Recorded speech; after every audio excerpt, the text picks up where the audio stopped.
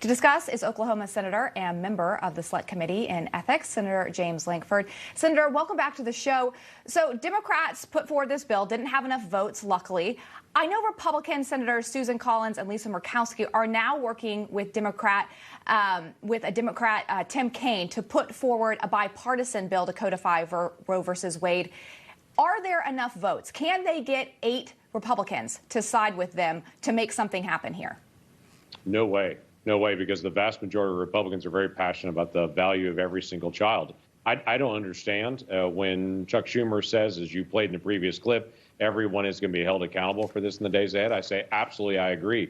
I'm going to be held accountable for how I treat children in the days ahead and for what that looks like. And I don't think history is going to speak well for those that called children disposable and said, I'm just going to take this one out. I'll make another one later. I think that flippant attitude about the value of every single child is exactly the wrong attitude to be able to have about children in the days ahead. So, no, there's not 60 votes to be able to move this, and we're very dug in on this and should be dug in on it. Senator, your colleague Tim Scott from South Carolina was questioning Treasury Secretary Janet Yellen yesterday. I want to play you a clip from that exchange. It means that children will grow up in poverty and do worse themselves. Thank you. Let me just reclaim my time on the topic. This is the truth. I'll just simply say that as a guy raised by a black woman in abject poverty, I'm thankful to be here as United States Senator. So here's what I thought was odd. It seems as though the administration is basically saying, look, if this child is going to grow up in poverty or maybe not have all of the riches of the world, then maybe they're not worthy to bring them to term. That seems to be the argument that this administration is making, that their economic well-being should be part of the decision about whether or not a child should be welcome into this world.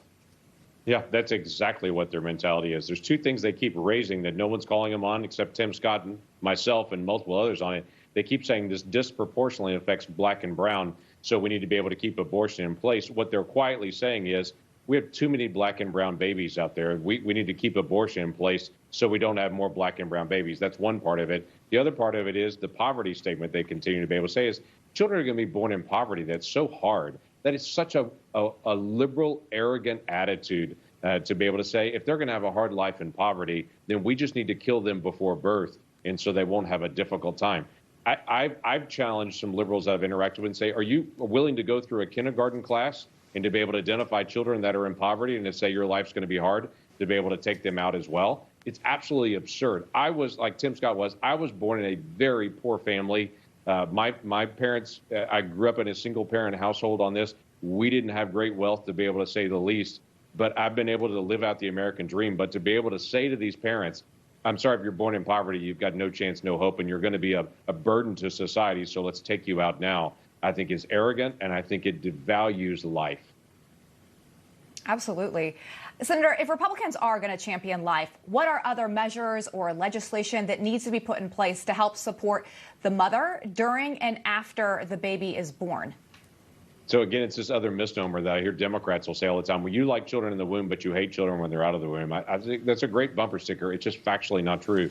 Republicans are the ones that actually put in the child tax credit into the 2017 law, that we doubled that to be able to make sure that we're helping that. Republicans are the ones that have actually tried to extend the child tax credit to children in the womb because it's expensive for a child outside the womb. Believe me, I've had 2. I understand that. But it's also expensive buying a crib, doing the preparation for that child to actually come into your house. So we believe the child tax credit should be earlier. Democrats are adamantly opposed to that. We've been very outspoken in support of federally qualified health centers and other ways to be able to provide assistance to moms and in prenatal care without them also going to Planned Parenthood to provide abortions on this.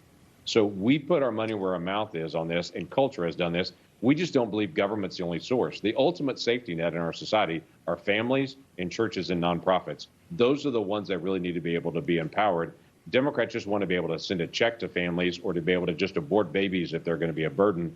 We want to facilitate churches and nonprofits helping families, families helping families. That's the best safety net. And then also coming alongside with tax credits and other ways to be able to help those families. Senator, before we go, just a few seconds left. Today, Democrats tried to codify Roe v. Wade because they have the majority. If Republicans take the majority in November, would you guys consider codifying the right to life? Or do you believe that it's truly a state's issue? I've been very outspoken that I'm going to do everything I can to protect the value of every single child. I don't know where we have the majority because there are some Republicans that are life at conception, like I am. There are some that are life at heartbeat. There are others that are life at viability. So we've got pretty good variety on that, which, by the way, is also true across the country. So I think the first place that there'll be a response on this is going to be in the states. The federal government will be engaged, but I think it will be locked up much like it was today. But state to state, they'll make some pretty strong decisions on this, as my state of Oklahoma has already made a really strong statement of where we stand for life. All right, Senator James Lankford, appreciate your time this evening.